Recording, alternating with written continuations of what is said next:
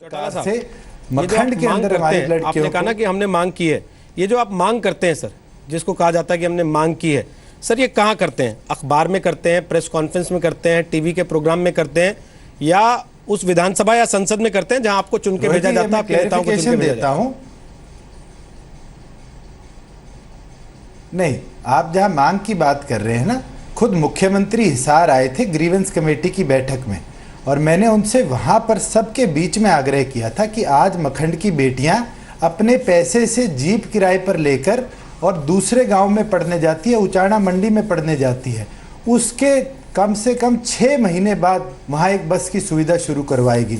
मगर हमें सबको मिलकर ये आग्रह नहीं, हमें एक इसको मुहिम बनानी पड़ेगी कि हरियाणा रोडवेज और जो प्राइवेट चालक है उनको सुबह 1 घंटा और दोपहर को 1 घंटा हमारी बहन बेटियों को सुरक्षित स्कूल लाने ले जाने के लिए अपना डिवोट करना पड़ेगा। और जब हम डिवोट कर पाएंगे तब मैं मानूंगा कि हम इसमें कामयाब हुए।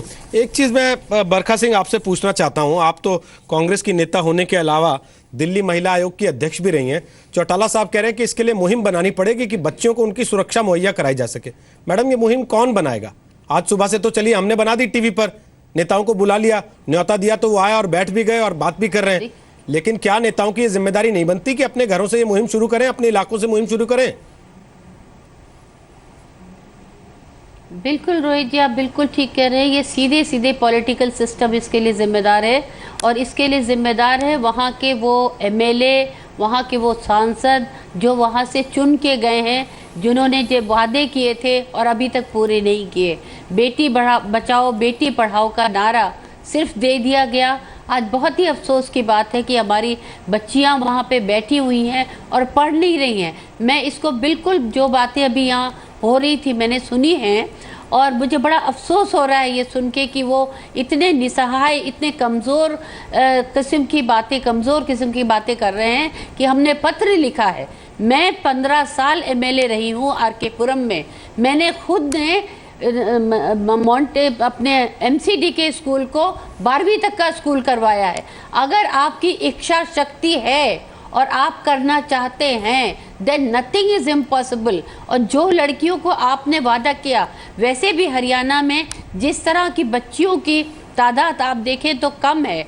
अगर आज बच्चियां आगे आ रही हैं, पढ़ना चाह रही हैं, तो इन लोगों को चाहिए, वहाँ की सरकार को, वहाँ के से ये जो पॉलिटिकल सिस्टम है, उनको एजुकेशन मिनिस्टर जो हैं उनको आगे बढ़ के इसको उनको मौका देना चाहिए। और उस स्कूल में, उस गांव में स्कूल क्यों नहीं खुल सकता?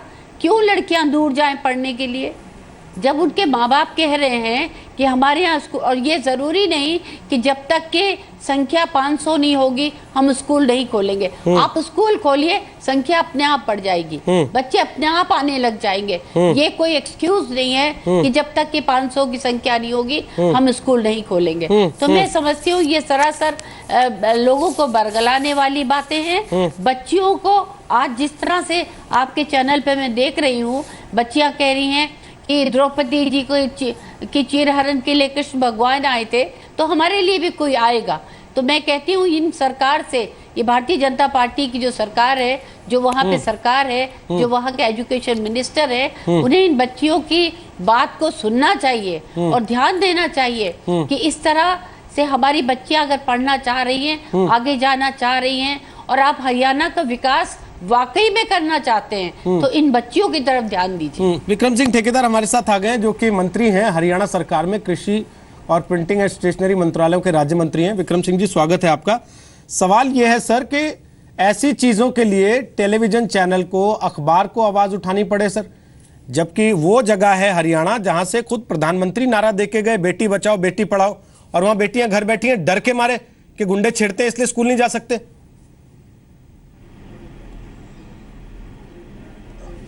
हाँ जी, जिस प्रकार से आप कह रहे हैं, इस प्रकार की जो आप बात है बिल्कुल ठीक है। कहीं भी शरारती तत्व तो इस प्रकार के शरारत करते रहते हैं, और जो शरारती तत्व है उनको अरेस्ट कर लिया गया है, उनको कड़ी सज़ा दिलाई जा रही है।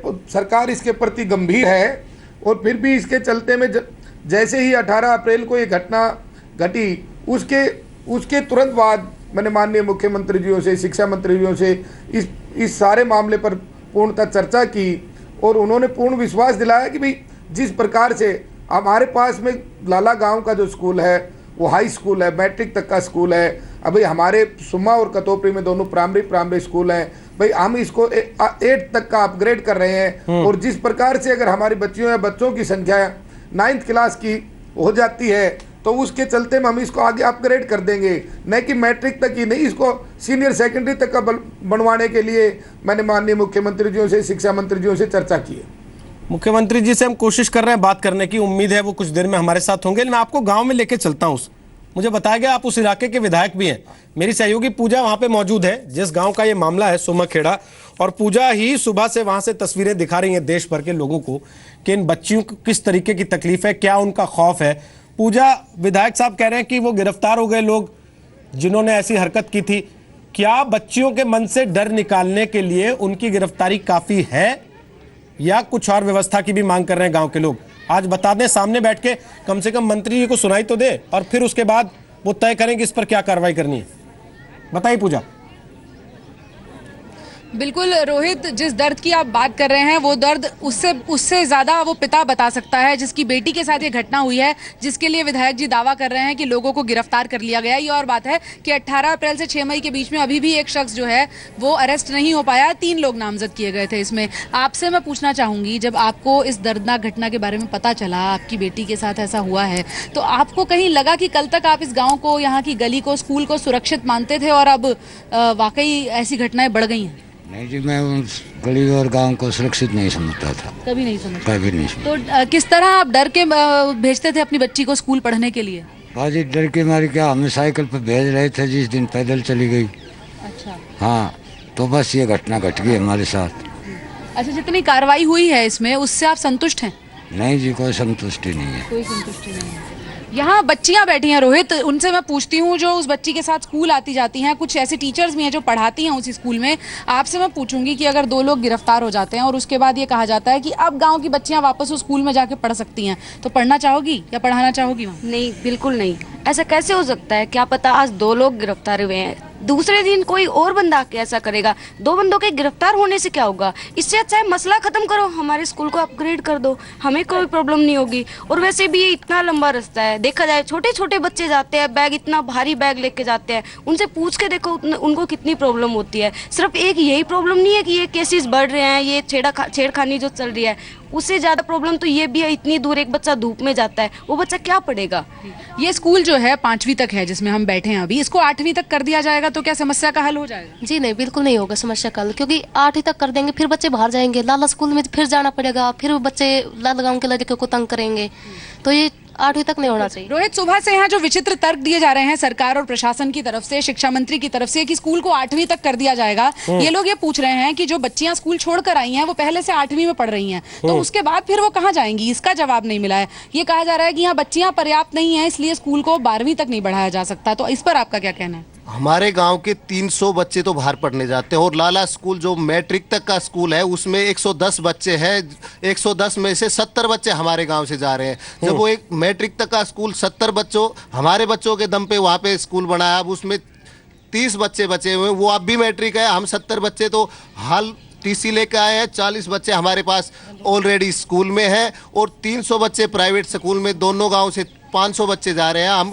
दोनों गांव मिलकर तैयार है, कल सरकार घोषणा कर दो, कल ही हम अपने बच्चों को यहाँ पढ़ाना शुरू कर देंगे। रोहित, जिस तरह की दलील दी जा रही है उसको लेकर यहाँ के लोग जो माएँ हैं हरियाणा में, चलिए हम एक काम करेंगे पूजा, अभी हमें बताया जा रहा है कि मुख्यमंत्री हो सकता है कुछ मिनट के बाद हमारे साथ इस चर्चा में शामिल हो जाएं, तब हम उनसे पूछेंगे कि जो बच्चियां 8वीं तक पढ़ जाएंगी उनको क्या मैट्रिक पास नहीं कराएंगे, और अगर मैट्रिक पास कराना चाहते हैं तो उसके लिए रास्ता क्या निकालेंगे।